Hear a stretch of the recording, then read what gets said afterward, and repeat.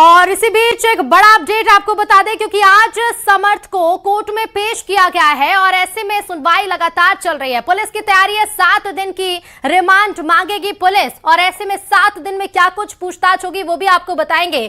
क्योंकि देखिए, ट्रिशा शर्मा मौत मामले को लेकर लगातार मांग यही की जा रही है कि आरोपी को सख्त से सख्त सजा हो, कार्रवाई हो। और मेडिकल के बाद आज समर्थ को पेश किया गया और इसी मामले में ये बड़ा अपडेट मिल रहा है। 7 दिन की पुलिस रिमांड पर लिया गया है समर्थ को। भोपाल कोर्ट में सुनवाई पूरी हो चुकी है। बता दें कि समर्थ की 7 दिन की रिमांड पुलिस को मिली है। अब 7 दिन तक समर्थ सिंह से पूछताछ की जाएगी। जबलपुर में सरेंडर करने के बाद भोपाल पुलिस जब जबलपुर पहुंची और समर्थ सिंह को गिरफ्तार कर भोपाल लेकर आई थी, जिसके बाद आज कोर्ट में पेश किया गया। और इसी बीच ये बड़ा अपडेट मिल रहा है, 7 दिन की रिमांड पुलिस को मिली है समर्थ सिंह की और 7 दिन तक अब समर्थ से ट्रिशा की मौत के मामले में पूछताछ की जाएगी। तो 7 दिन की पुलिस रिमांड मांगी गई थी और ऐसे में कोर्ट ने 7 दिन की रिमांड मंजूर कर दी है। तो आज भोपाल की कोर्ट में सुनवाई पूरी हो चुकी है और समर्थ सिंह को 7 दिन की रिमांड पर भेजा गया है।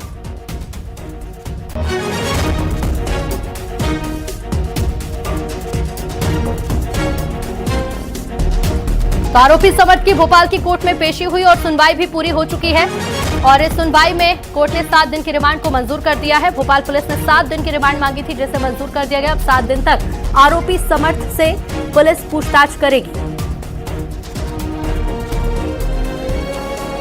तो भोपाल की कोर्ट में पेशी हुई, सुनवाई पूरी हो चुकी है और रमाकांत हमारे साथ लगातार बने हुए हैं। रमाकांत, 7 दिन की रिमांड मांगी गई थी जो पूरी हो चुकी है। हालांकि समर्थ के वकील का कहना था कि एक ही दिन की रिमांड दी जाए।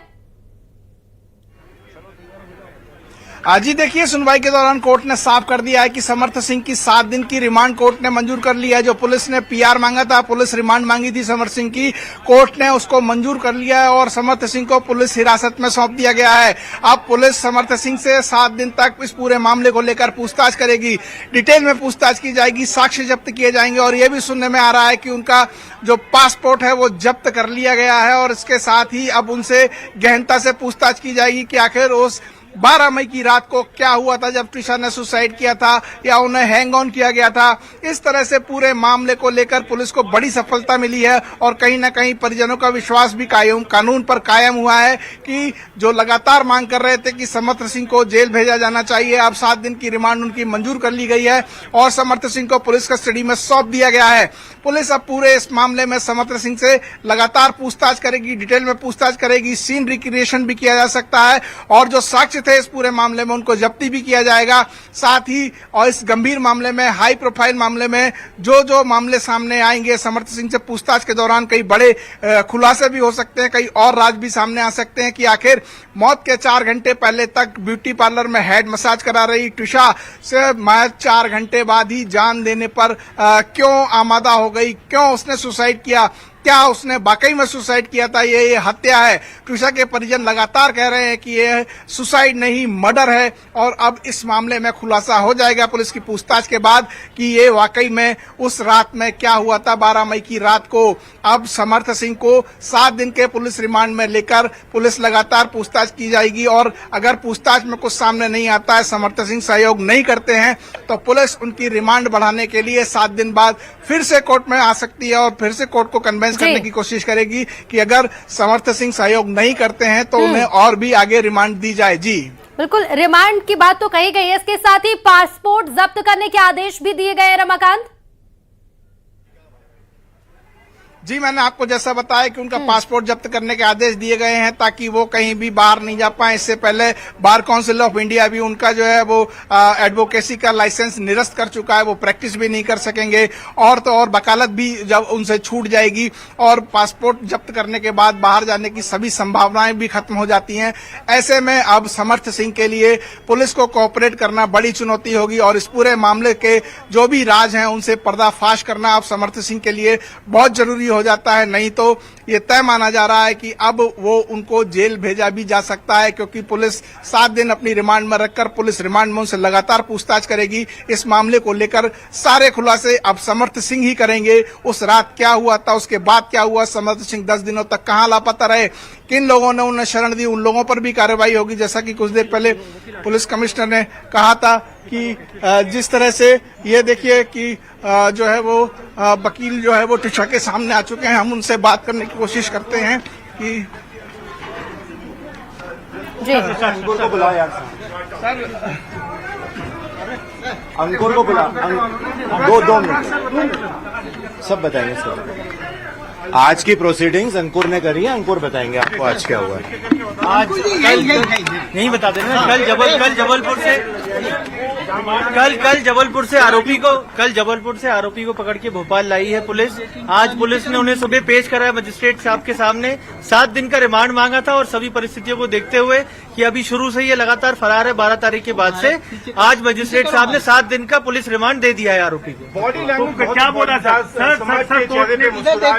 अब वो सभी ने देखा, वो हंस रहे थे। अब उनने क्या करा है नहीं करा है पुलिस निकालेगी 7 दिन के अंदर। और पासपोर्ट के संबंध में प्रोसीडिंग हुई थी, उनके वकील साहब ने आज अपना पासपोर्ट भी जमा कर दिया जो आरोपी है उसका। और बाकी 3 एप्लीकेशन हैं जो पेंडिंग है, जो प्रिजर्वेशन के संबंध में हमने लगाई थी जो नंबर के लिए, उसके लिए अभी 29 तारीख लगी है।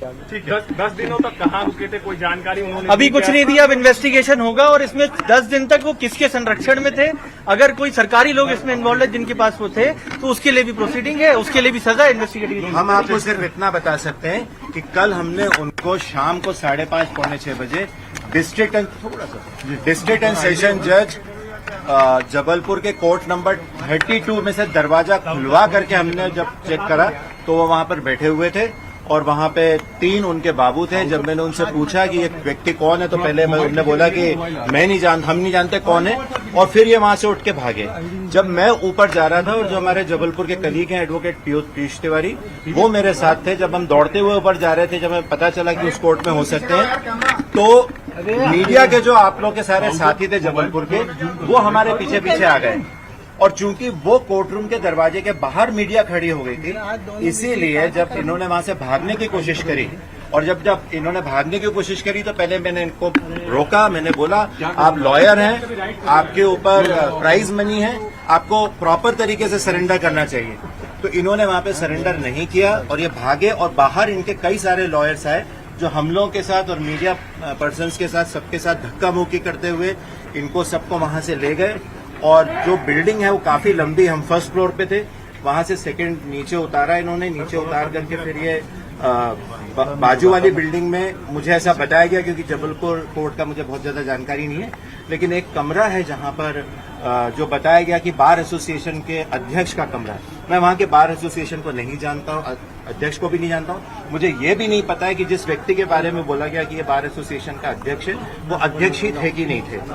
लेकिन उस कमरे में लेके जब गए तो मैं और मीडिया पर्सन्स उस कमरे में जब गए तब वहां भी हम लोग के साथ धक्का मुक्की हुई और वहां से हमें बाहर निकालने की कोशिश हुई। तो मैंने उनको बोला कि आप भी वकील हैं, हम भी वकील हैं, अगर आप समर्थ के वकील हैं और हम त्रिशा के वकील हैं और ये यहाँ पे बैठे हैं तो अब इसके बाद आप पुलिस को आ जाने दीजिए, इनको सरेंडर करें। तो हमारे साथ बहुत बदतमीजी हुई, गाली गलौज हुई, ना सिर्फ मेरे साथ, जितने वहां पे मीडिया पर्सन्स थे उनके साथ भी हुई।